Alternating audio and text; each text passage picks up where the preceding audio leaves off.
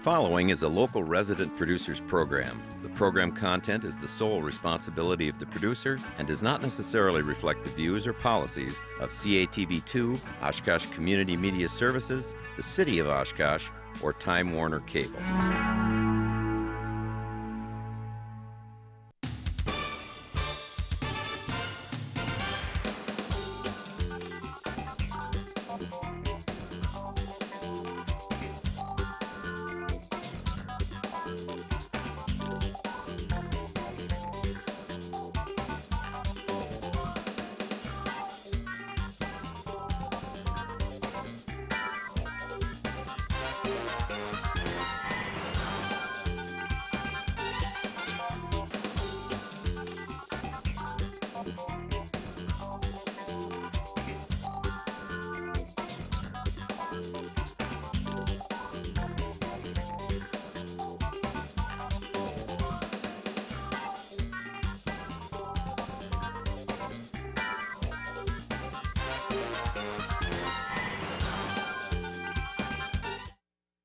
Hi everybody, welcome to Eye on Oshkosh. Cheryl Hentz here. Dan Rylands is not here tonight. He is out of town, but we're going to carry on as if he were here because he sent me some questions that he'd like our first guest to answer.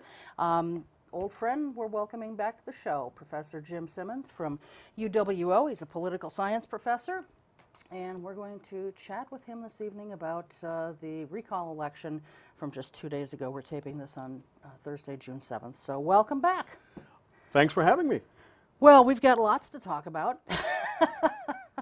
Some maybe good, some not so good, but before we get into specifics about the election, were you at all surprised by the difference in the number of votes that Walker got as opposed to Barrett? Let's start there. No surprise at all. I mean, really? People frequently complain about polls and their accuracy, and they were right on.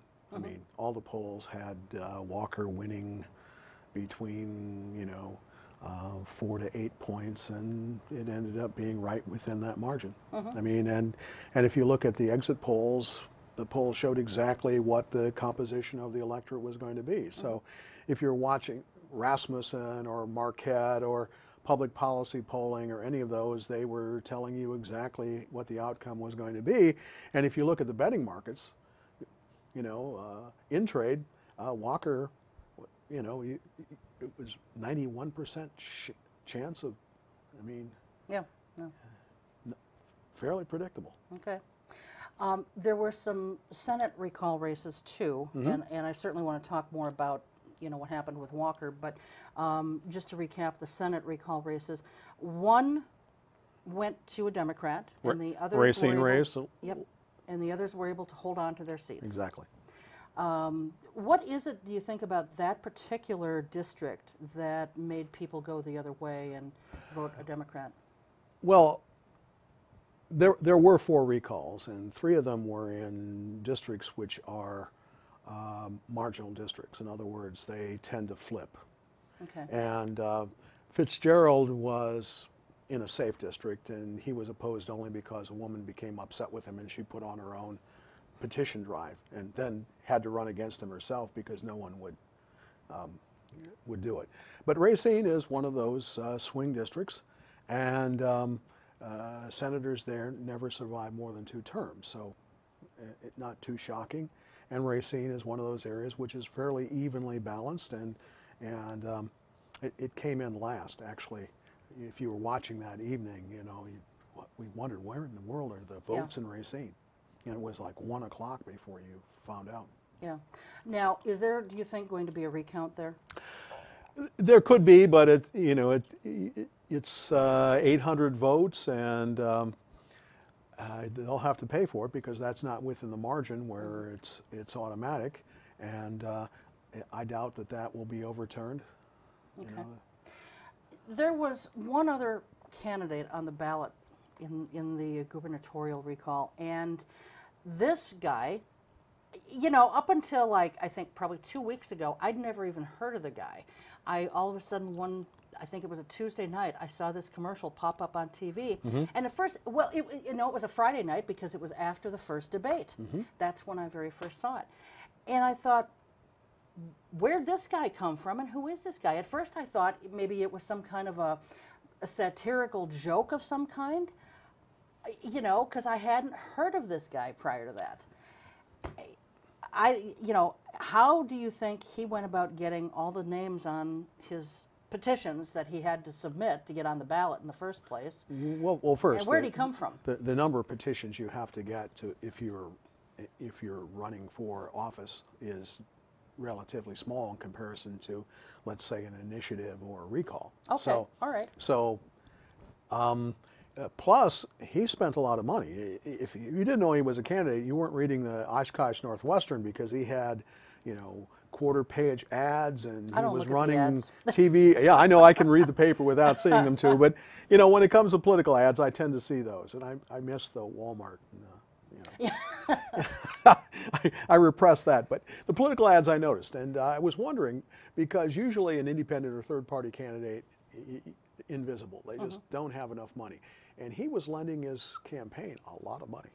Well, I know I did see, you know, these nice, fancy, very clear digital billboards along 41, and he had one of those. I saw that about a week or so ago, and so yeah, there was definitely some money there. But I mean, no, I didn't know he was a candidate. Until I saw all those ads. I was paying no attention. I thought, well, where is this coming from? And right at the end, I saw one story where he lent his campaign $75,000 right towards the end, and I'm sure that much of the earlier money was. So we can check, but I'm certain that he's probably a successful businessman who has the wherewithal to fund your own campaign. But his ads were very crude in the sense that they were very basic, you know, like his TV ads. I didn't see his, you know, newspaper ads. And actually, I read the newspaper online, so there's an even better excuse why I didn't see it, I suppose. Okay, so let's talk about this recall race. I guess I was a little surprised by how it turned out. You know, I didn't necessarily think Walker was going to lose, but I also didn't think that it would be quite the numbers that they were. You know, but what do you think that says? I mean, why? I mean, when you're able to submit 1 million some signatures and then your side still loses, what does that say? It tells you the level of polarization in the state. I mean, Walker really infuriated, you know, the petitioners. I mean, you don't go out and collect 900,000 plus signatures easily. Anybody who thinks that that's something that you can fall out of bed doing has never petitioned. In fact, most of the recalls fail because the petitioners just can't collect that many signatures. It involves too much commitment. I saw that in Michigan they've decided they weren't collecting the signatures they needed, in the recall of the Republican governor there has failed. And if you look at this state, the Republicans first initiated the recall drive to recall 8 of the senators, Democrats who fled the state, and they only managed to do 3 out of the 8. And the Democrats failed on 2 that day.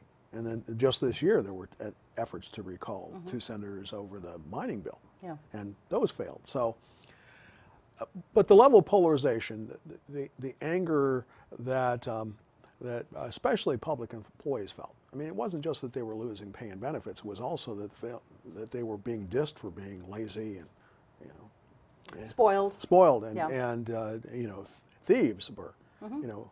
And thugs. Yeah, exactly. So there's that. But essentially, this was a replay of 2010. If you look at the demographics of who voted for who, it was exactly or nearly exactly last time. And Walker won within 1 percentage point, did a little bit better than last time, but essentially voter turnout was much higher. Believe it or not, the Republicans were a bit more enthusiastic about voting than the Democrats were. And if you looked at the turnout in the suburban counties around Milwaukee, that was just incredible. I mean,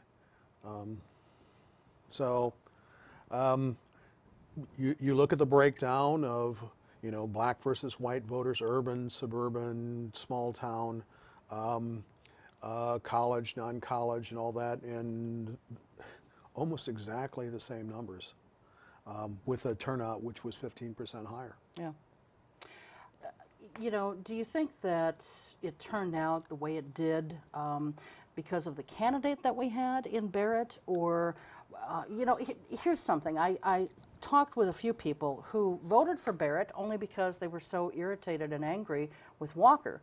But their comments to me were, you know, we don't like what Barrett's saying because he's not saying what he's going to do differently. All he's doing is pointing the finger and saying nani nani boo boo at Walker. Yeah. He's not saying anything substantive about what he'd do. Do you think that that played a role in this at all? Yeah, I mean, Barrett's campaign was essentially a negative campaign, you know, a criticism of not only what Walker had done, but how he had done it.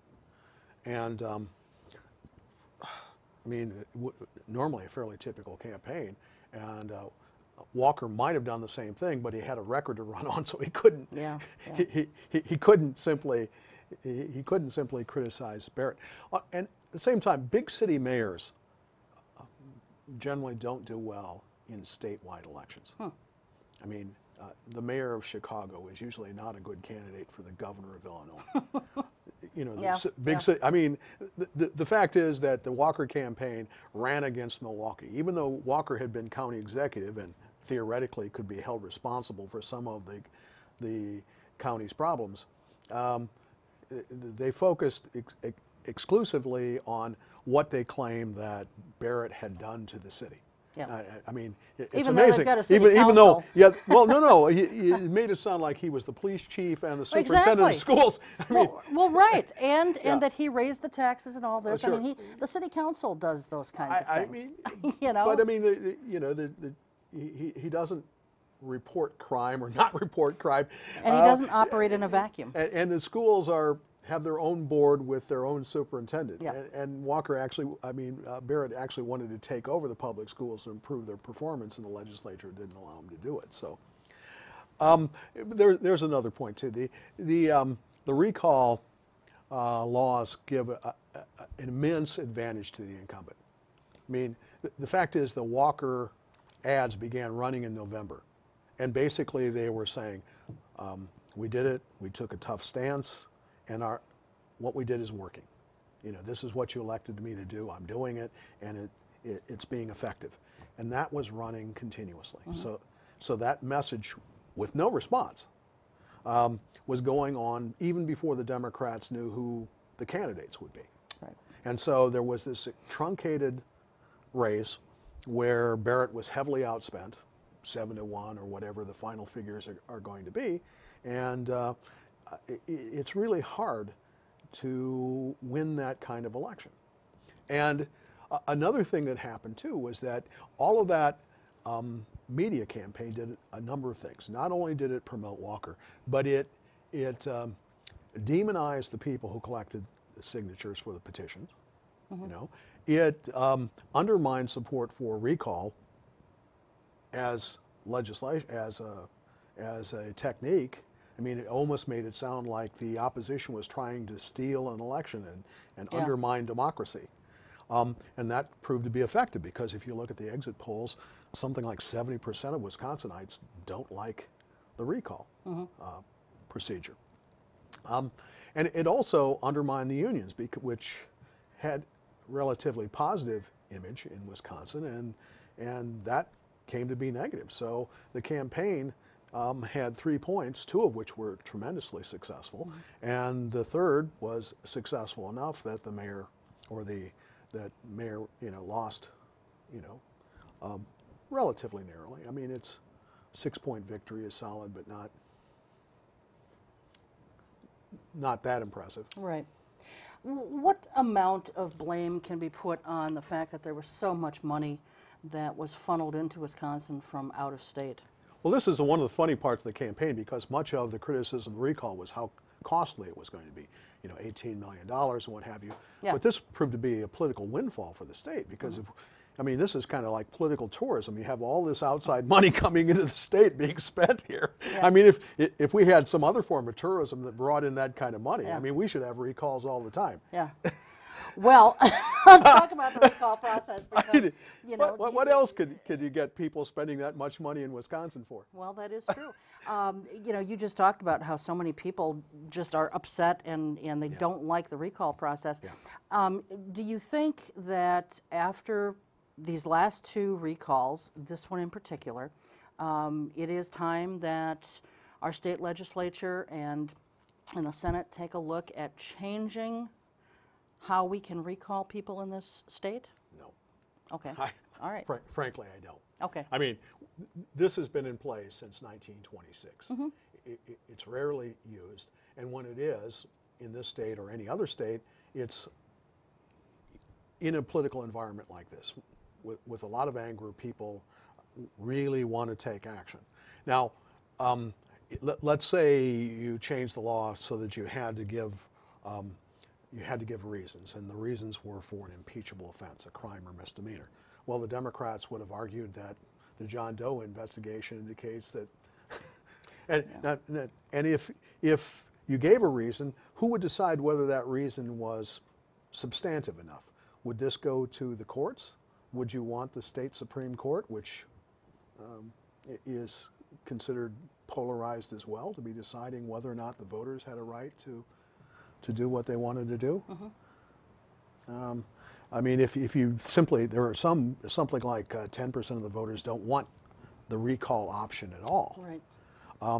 And I think particularly when I mean, the progressives put this in place because when they lengthen the terms of elected officials, I mean, governors in Wisconsin used to be elected for 2 years so that, you know, you could replace them fairly quickly. But when you lengthen someone's term to 4 years or 6 years, then the recall option was put in place so the voters, if they felt they had made a mistake, could rectify it with some effort. Yeah. How do they make it work, though, Jim, in other states? You know, because in other states, you do have to show some malfeasance or criminal activity. Actually, you don't. I mean, there are well, there are 19 states, yeah, and most of them is like mismanagement, or there are only 2 states that actually talk about something that might rise the level of malfeasance or something that would be. Okay, because in doing some research for the last time that you were on, that is what and I that's found. why I brought that in to show you that most states don't.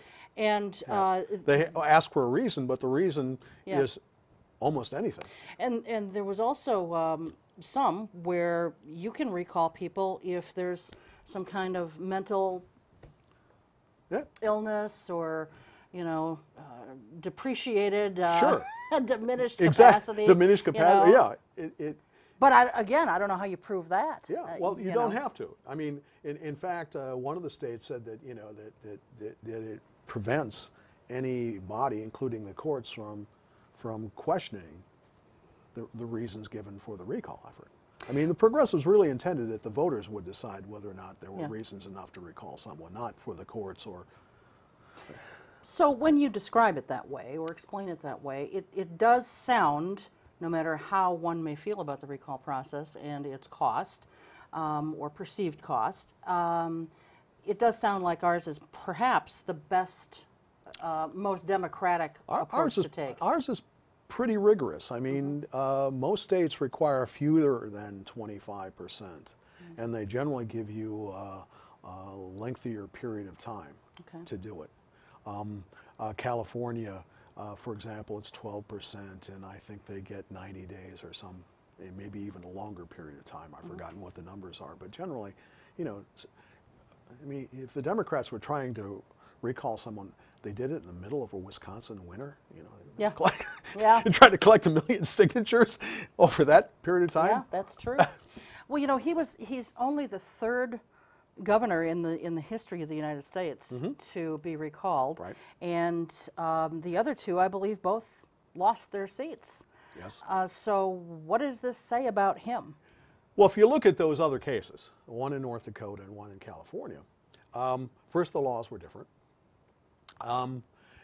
and essentially the incumbents took no action to defend themselves until the campaign was actually on top of them. And Walker, I don't know if you looked at the history of this, but he certainly didn't wait. He began making Oh, yeah. his claim and began campaigning long before the Democrats were even able to raise the signatures necessary to force the recall. Yeah, yeah. So this was a permanent campaign that was going on long before it was forced. Yeah, it's been going on for well over a year. So, you know, this is what everybody's now talking about. What does this mean for President Obama come November? What does it mean for our state assembly, you know, and those people's two elections? points. The same exit polls and the same surveys that showed that Walker would win also showed Obama winning. Okay. And there's another point, too, about this. One of the arguments that the governor was making and the Democrats were challenging was job creation. I mean, Walker was claiming that everything has worked, the economy is growing, we're creating jobs all the time. He went around to factories showing the startups or what have you. It's going to be pretty hard, given what Walker has now said and what he's committed to claim that Obama has ruined the economy. I mean, when Romney comes to Oshkosh, or when he comes to Ohio, where I mean, the majority of governors now are Republicans, and they're claiming that they're responsible for recoveries. The economy is doing much better than their critics are claiming. And then you have the Republican candidate for president say, wait a minute. Yeah, yeah. That's a very good point. Okay, so what do you think, if anything, this means then for Gordon Hentz, specifically, who represents this district? A couple of things. You know, the Democrats were unsuccessful in their greater efforts with the governor and the lieutenant governor. And they only won 2 of the 6 races the first time, and they only won 1 of the 4. But what they did do is they recovered majority in the state Senate. Now, what this means is the governor can't call a special session of the legislature for the mining bill or whatever other reasons he might have. So the Democrats can block any legislation until January, when they would normally meet. Now, of course, the Democrats can't accomplish anything either. So what you're going to have probably is gridlock, or at least no action. And the Democrats are going to have to defend, you know, the seats that they recently won. Jessica King is going to have to run for re-election, and of course all the members of the Assembly who are elected for every 2 years, they're all going to be back up. One of the things that you saw on election night was that the Democrats did well in urban areas, you know, especially in Madison, Milwaukee, where they got the 100,000 bump that they needed. Right. Not enough, but they did well. And Barrett carried Oshkosh. And he did so even though there was one fairly dramatic change in the voting. The students weren't here. Yeah. I mean, there are 1,850 students who are registered at Albee Hall, and the turnout was 7% because, I mean, one of the changes in the election law was that you got to be in a place for 28 days. So the election just happened to be where the school is out mid-May and the students haven't been back home long enough to qualify to vote.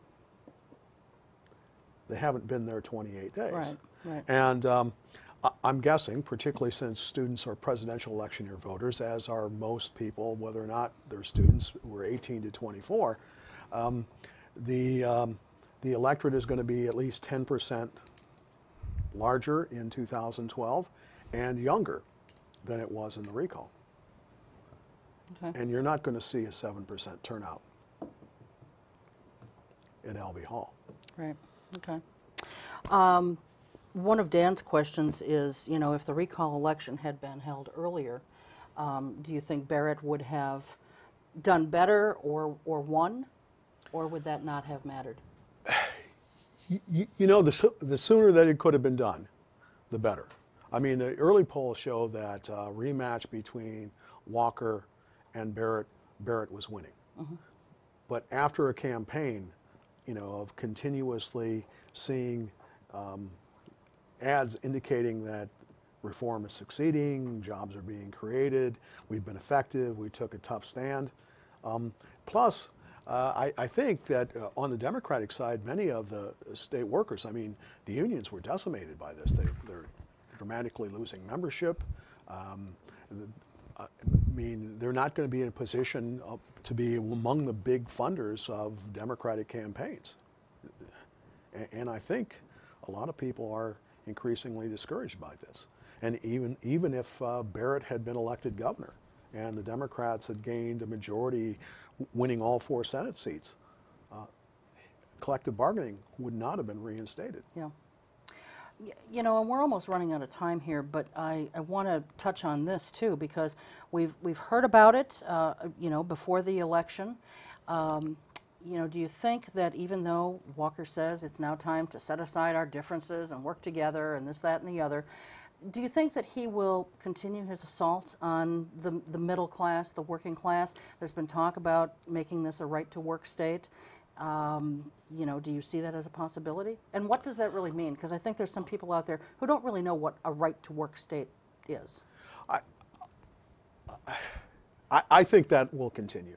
Frankly, I mean, he has to be a bit more flexible now because he only has a majority in one house of the state legislature. So to accomplish anything at all, he has to negotiate with the Democrats unless Republicans regain the Senate too in 2012. So flexibility is something that he is going to be forced on him. But the fact is that nationwide he's become a hero in conservative circles. And the money that was coming into him, particularly from corporate groups, was precisely because he did what he did.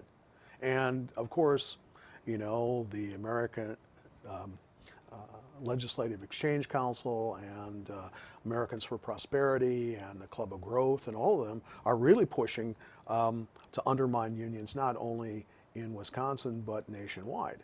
And to be able to do his national circuit and to build on, if he has any national ambitions, build on this success, of course you expect him to continue. Okay. And what really does it mean, Jim, for it to be a right-to-work state if he should push that agenda forward? Well, a right-to-work state simply means that if you have the right to join a union, but you don't have closed shop. Meaning, if in a company workers vote for union representation, then everybody has to belong to the union or at least pay union dues. If you're a right-to-work state, that isn't the case. You can be a member of a union, but then you're only negotiating for the people who are members of the union. But whatever contract you negotiate, everyone gets it, whether or not you're a member of the union or not. So you have this free rider problem, which severely undermines the power of unions. Well, it's been an interesting process, this whole thing, and you know, we'll see how it all plays out. But thanks for your insights, as always. Okay. We're going to have you back here in what will turn out to be a relatively short period of time. You know, this is June. We've got another election, a biggie, coming up in November. So we'll have you back then, and we'll see what's going on. I'll be here. All right, terrific. We're going to take a short break. When we come back, Judge Scott Woldt will be here, and we'll be talking about alternative programs to jail. We'll be right back.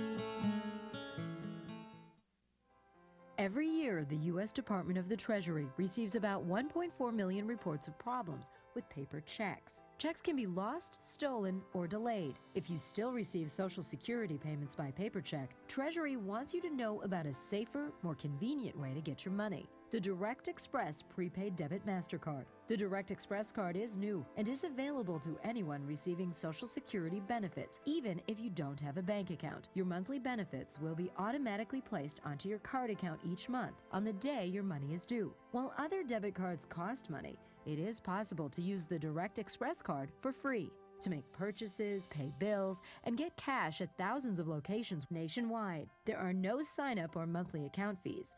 No more waiting for the mail or worrying about lost or stolen checks. Call 1-877-212-9991 or visit www.usdirectexpress.com.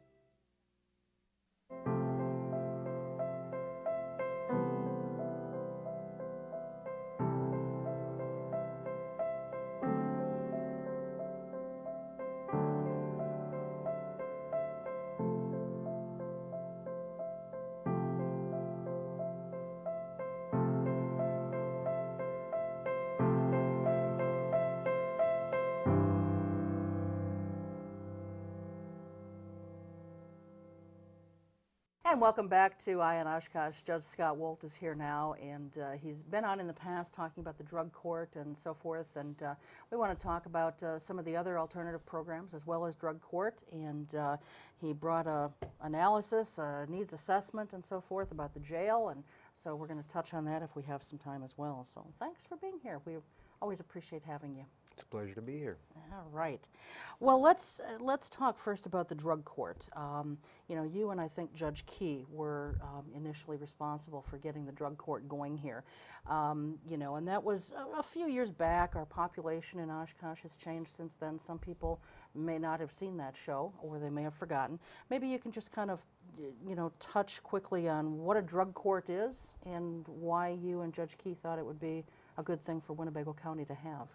Well, first let's start with why we thought we needed it. When I first got on the bench, I've been on the bench now for 8.5 years, first thing I noticed, a lot of drugs, a lot of alcohol. Seems like all of our cases were drugs and alcohol. And we were doing the same thing over and over again. They'd come in, we'd say, don't you use drugs? They'd come back, well, if they're on probation, and they would use drugs and they wouldn't be getting the treatment they needed. And they would keep on coming back, and we would keep on doing the same thing. We just ratchet up the jail, prison. They go along for a long time. And something needed to be done. So Judge Key and I went over to Reno, Nevada, and did some training on drug courts. And the reason it's different, I would harken back to the first day we were there, and they said, okay, you have someone in your drug court who used cocaine that weekend, and then they come into your drug court, what would you do?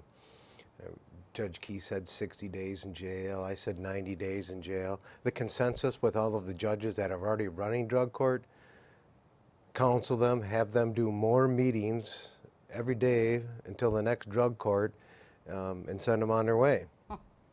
So it was a little different change in philosophy for us. And so we came back, we started drug court in, I think it was January of 2005, or no, maybe it was 2006, we started January 2006. And the way it works is, these are usually people that they have to be felons, felony convictions. They have to be Winnebago County residents, they have to live here because they have to go through the treatment here. They have to have with the DM, I can't even remember, it's revised, I think it's 5R now. They have to be diagnosed as being someone who's addicted to drugs, and they have to want to be in the program. The DA, they kind of screen the cases and they come into the program, and when they're in that program, they start off in phase 1. So every Friday we have drug court. Every Friday they have to come into drug court, and during that time they have to do 5 meetings a week. They have to go through treatment. We set them up on treatment. We'd have different colors depending on what phase you're in, and they have to call a codaphone every day to see if they have to come in and take a urine test. And they have to do so many hours of community service work, so many hours of trying to find a job. And thus far, every single person in our drug court has found a job. And I love it when people come into court that haven't paid their child support or whatnot, and they say, I have a felony, I can't get a job, and I'll stop. Every one of my people in my drug court have a job. Don't tell me that. It's a matter if you want to find one. So after 60 days of being clean, then they can go in phase 2. and then they start coming back every 2 weeks. They don't test as often, and they don't have to go to as many meetings. They don't have to do as many hours of community service work, but we still have them touch base.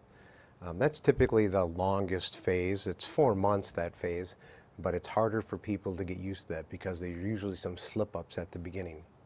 And then our third phase, they come back once every 4 weeks, and at that point, they only have to go to like 3 meetings a week, and we just ratchet things down. We're just in the process of changing our program where the second half of that phase 3, which is 6 months, we're going to have our participants start an alumni program. So in the last half of that, the people who are in phase 3 have to start contacting people who are alumni, because right now we're going to have a graduation next Friday, the 15th, and we'll have 48 graduates then. Wow. So start that alumni program and start working with them just to keep them connected. And so I want to touch on a couple of things that you had mentioned. They all have found jobs. Now I'm just sitting here thinking, as someone who used to work in a management position and who did hiring, I don't know how, I guess of course it depends on the type of crime that they've been convicted of. These have to be nonviolent crimes. Yeah. You know, I'm not sure how receptive I would be, and I'm just being real honest about that. I think I'd be a little, you know, hesitant to want to hire someone, again, depending on what the crime was. You know, do you find that at all with employers? Or we found it with so a few. There's a few employers that aren't willing to work with us as far as our drug court is at 2 o'clock on Friday afternoons. And our participants have to be there. There's no excuse. Recovery is number 1, job is number 2. So you have to do recovery first, so they have to be there. We've had some employers that say, we're not giving them off on Friday afternoon at 2. And I can only think of 2 that have done that. The vast majority of them are happy that our people are in the drug court because we're giving them an employee that they know is clean because we're testing them all the time. Yeah. And not only that, we follow up with the employer to make sure they're there on time, they're doing everything they're supposed to do, and if there's any complaints, they come to us. One thing that's been really interesting to me is with a lot of employers, most people have someone in their life that has issues with addiction. And we've been seeing that a lot, and a lot of our participants will come back and say, I applied for this job. The president, CEO pulled me into their office and said something about, I know this is hard, I have a relative, or I've gone through it. I'm going to help you out and I'm going to give you a chance. So I think that's real interesting that employers are willing to do that. And it's, like I said, we're giving these employers people who are clean. Yeah. Well, and hearing you say that, you know, is a help. So thank you for saying that, because, you know, that eases my mind a little bit. I mean, I'm not in a position of hiring anymore, but, you know, that I think would change my mind. And I trust that when you guys call employers, you know, you explain all these things to them right off the bat. Okay, good. Now, the other thing, you talked about that they have to be a resident of Winnebago County. A lot of times people will be, you know, charged and convicted of a crime here, and they live in another county, sometimes another state. If they live in another county, for example, but here in the state, are there other drug court programs in these other counties that they might be able to somehow get into and then still report to the court there and they report back to you? Or, I mean, is there any hope for them to be in a drug court program even though they live in another county? Yes, we do that with Outagamie County. They're the only one around that's close. And I think we've done one case like that with someone in Dane County because they have a drug court also. We're all trying to save money. Right. That's what this is all about, and to change lives also, obviously. But with our county board, we're trying to tell them, okay, with our citizens, our residents here, We're going to keep our money here and we're going to service our residents. We're not going to service someone else in another county.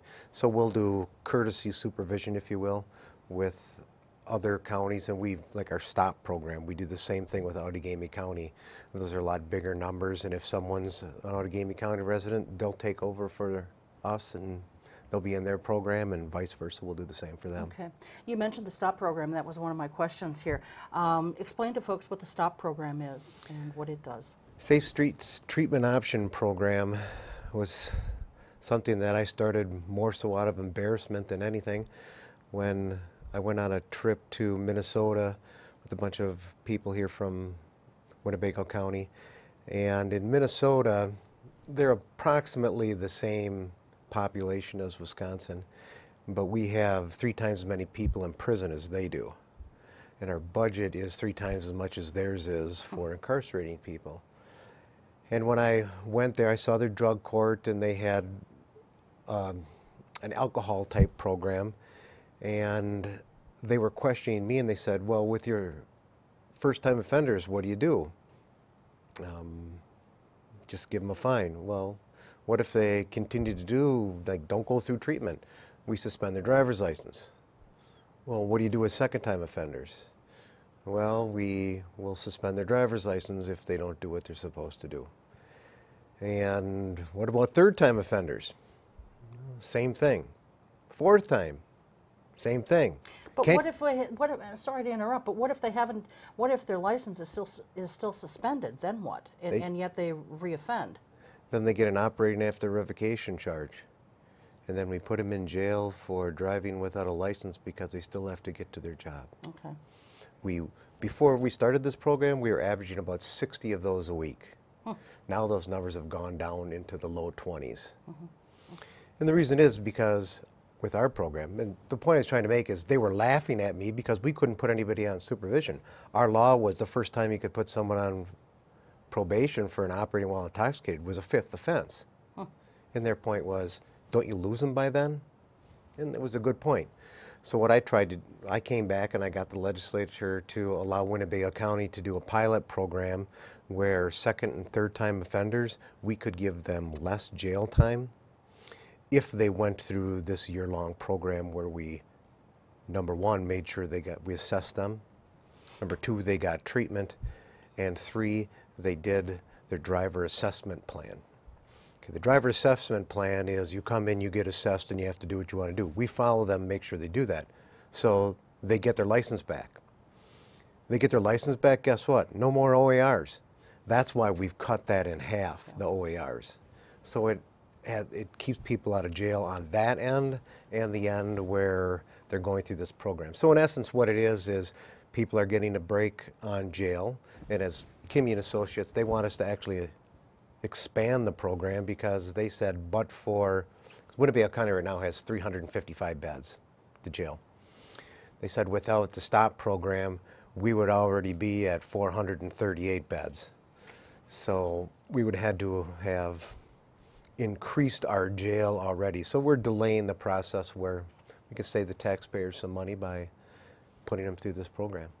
What kind of success rate as opposed to recidivism rate do these programs have, Judge? At this point, we're in the process of doing that, and I have some of the figures here. 2 years out, recidivism rate is 1%. Which is pretty good. 3 years out, 9%. 4 years out, 12%. 5 years out, 22%. So it's an average of 1.5% for a recidivism rate going out 5 years. If you look at it's hard to get statistics on OWIs because the DOT doesn't have the manpower or anything to do those. So what I'd like to look at is the old sentencing commission guidelines and what they had for people who have had are going back 5 years. It's closer to 55%. So we're at around 11.5%, so I think we're doing good. As I said, the way I see less OWIs, number 1, and I see less OARs, knowing people now have their license operating after revocation. Yeah. I guess I'm a little surprised by those numbers of recidivism when, you know, to my way of thinking, the longer you are out of a program, the more opportunity you've had to hopefully stay clean and stay out of trouble. And yet it seems like the further away they're getting from some kind of close supervision or those meetings, they fall back into their old ways. Is that what's going on here? Yeah, pretty much. We try to keep them engaged as long as they can, but once again, this comes down to dollars, and everyone trying to cut supervision down more and more. And you know, that's when I was talking about drug court before, and that first experience with jail. What we found from our graduates in here is what keeps them clean, what keeps them sober, is two things. One is fear of jail, but just as strong as that is staying in meetings, staying in contact with people in recovery. So that's why when people in our program have a slip or relapse, we make them go through more meetings. If they miss a meeting, I coined the phrase rule of plenty, because you're going to be going to plenty of meetings now every day. So we make them go to more meetings, and that seems to get them re-engaged, and once again they're back in the program. Yeah. All right. Any other alternative programs besides STOP and the drug court? Oh, yeah, the Safe Streets Committee, which I'm the chair of, which come under our umbrella. We have Day Reporting Center. We started that for people who are on bond, because now if someone is big into alcohol or domestic abuse, those types of things, we would just put a cash bond on them and they might sit in jail for 2-3 months. And with all these cases continuing to come through, we were jamming up the jail doing that. So we thought, what can we do to lower the people in jail, but while we're doing that, also assess these people and get them the treatment they need.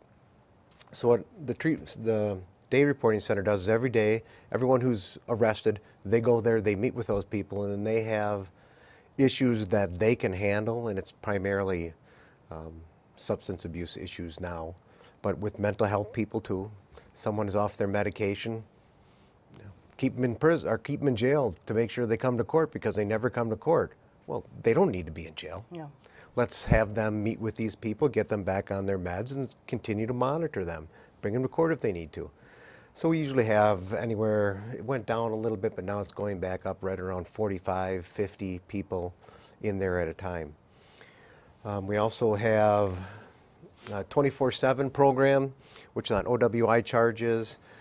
These people on a daily basis have to either be hooked up to an alcohol bracelet, or they have to come in and take a breathalyzer. Either if they're on the north end, they go to Neenah PD. On the south end, they go to the Sheriff's Department, just to make sure during the time they're on bond, they're not drinking. We have the Domestic Violence Diversion Program that's run through the DA's office. Misdemeanor Drug Diversion Program, that's run through the DA's office too. We actually have a juvenile drug court, we call it Juvenile Treatment Court, that Judge Seifert runs.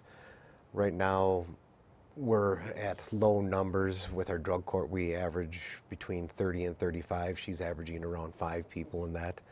But they've been doing that, try to keep these kids out of having to send them into the former Lincoln Hills and all those types of places, because they are county paid for, and they're like $80,000 a year to go there. So we're starting up that program. That's been going about 2 years now. We've just been working with Rethink there on our committee too, and we've been doing things like, if you see the posters this time of year, for those who host Lose the Most. One thing we did was we got a county-wide ordinance where if a parent hosts a party for high school kids that aren't of age, that's mandatory $1,000 forfeiture. So we're trying to send a message to these parents, okay, yeah, it may be fun, but you're going to pay big time if you get caught. Okay, so that explains why I'm seeing all these signs all, before you'd see one here and there, but there's just a flurry of them all over the place, and I guess It's the time of year with the yeah, graduations. exactly. That makes Tonight's the sense. graduation, so. Yep, yep. Okay, good. Well, is there anything else on the alternative programs that you want to talk about before we talk about courthouse security? Because I want to touch on that a little bit before we wrap things up. No, let's go into it. Okay. Well, several years ago, I'm thinking maybe 10 years or so ago, there was a lot of talk about courthouse security shortly after 9/11. Yeah. And, we did have an extra security thing set up at the entrance off of the parking lot, which, it was kind of a pain if there was inclement weather or it was really cold or whatever. But it kind of did the job, but it really wasn't all that effective, and so that that was kind of short-lived. You don't hear that much, at least I don't, about courthouse security anymore, but I still do hear about it from time to time in different circles. Is this something that's still on the county's radar screen and the judicial folks' radar screen? Yeah, in fact, now that we have some of the people moving out of the courthouse, and we have the issue with some of the county, Circuit Court Branch 6, Court Commissioner, Family Court Counseling in the city-owned safety building, and that lease coming up now, and there's going to be a higher rent to pay. Now there is more talk about moving non-essential county offices out of the courthouse and once again making it a courthouse. That's really getting pushed. Judge Seifert just took over the safety committee, and they're in the process of working up a plan where everything is supposed to be done over at that courthouse in 3 years. Now, I'll believe that when I see it. When you say everything's supposed to be done, you mean a new security system in place in 3 years? Yeah, and everybody moved over there. What would the security system entail? I think it's going to go back to the plan which they developed right after 9/11, where they have a reception center out by the parking lot where that platform is, and everyone would have to go through metal detectors there. It's funny, we'll have judges from time to time come to our court. If judges here have a conflict, they'll have to come here. Attorneys will come here, and they just laugh at the fact we have zero security. Yeah. They can't believe that they can just walk into my chambers, Yeah. and there's nothing stopping them. Yeah. Is there still an officer who kind of roams around the courthouse? There are two. Two of them? Two of them, but it's okay. Courthouse, but sometimes they have to go over to across the street to the safety building because Branch 6 is there, and the court commissioner's there, and the court commissioner does all the bond hearings where they're bringing a lot of people in and out. So they're over there a lot too. Well, I would think, and maybe I'm wrong, but I would think with concealed carry now, even though you've got to go through this, half-ass training and this kind of crap, I would like to think that the courthouse is still secure, but I don't know. Are you worried, more so now than you were before? Well, I started becoming more worried the longer I got on the bench. Because when I got on the bench, I said, I'm not going to hide. I'm going to keep my number in the phone book. And then I started getting letters at home. And then people would get upset with some of my decisions, and they would put leaflets out on cars. And it was a little bit scary. And then my courtroom is also the county boardroom, and I was trying to get them to lock their drawers because they all have drawers. For security, my courtroom is a nightmare. And I was trying to get them to lock the doors, and they wouldn't. When they bring on inmates, they sit in those chairs. And one day I had an inmate who has belly chains, everything, and he opens a drawer and he pulls out a knife, and he's holding a knife, knife letter opener. Okay. 2 or 3 days later, another one pulls out a scissors. And I'm thinking, not only for me, but for the security staff, if these people would do something, it just starts to get scary. Yeah. So it's not so much because of concealed carry, it's just, you've been on the bench a long enough period of time now that it's starting to kind of feel its effects a little bit more now. Concealed carry started, and it's, I think, 2 or 3 days after it started, they had someone in the courthouse with a gun. Really? And how did they know that? Did the person actually show the weapon, or? they had it on their belt, Mm-hmm. and their jacket went to the side, and someone saw it, and, oh, I can't bring that in here? People just don't understand that. Although there are lots of signs that you There's can't lots of do signs it. everywhere. Yeah. And, you know, that's the thing that I think is kind of lunacy about this whole thing. You can't even go to the doctor's office or the dentist's office, depending on where you go, without seeing a sign that says, you know, weapons aren't permitted on these premises. So really, and you're not supposed to be taking it into a bar. So really, where can you go with a concealed weapon? You know, it just seems kind of silly to me. I go to the golf course, and there are signs at the golf course. You can't bring a gun there. Where can you take one? I don't know. Yeah, it's just sort of silly. So I don't know. But And the exemption to the law too for the courthouse is that a police officer can bring one in when they're in the line of duty. A judge can have one, and none of us have gone through the training. None of us want to have guns. Or a DA or an assistant DA. Doesn't exempt the deputy DA. Huh. So deputy DA can't bring one, but DA and the assistants can. And my understanding is they all have gone through the training to do that. see, I find that a little weird because the deputy DA is directly underneath the DA. I would. You know, and yet that person can't have the exception, but their subordinates can. Yeah, and the DA. But I mean, that's weird. in the way I look at it is, if something happens in a courtroom,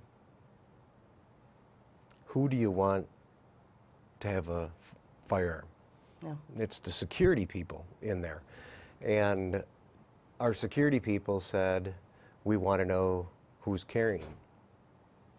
And our DA's office has taken the position that they don't have to tell. Huh. Hence, they can conceal. Yeah, well, I don't know. I was Something will happen disappointed to see sooner the or whole- later. Yeah, I'm sure it will. You know, and I was disappointed to see the whole thing go through because I just, like I said, I think it's kind of silly, but whatever. Well, lots of food for thought here, but you guys are doing good things with alternative programs, so We keep up the try. good work. So thanks much for being here. We Thank you. appreciate it. That's going to do it for us. We will see you next time. Until then, take good care. Keep your eye on us. We've got our eye on Oshkosh.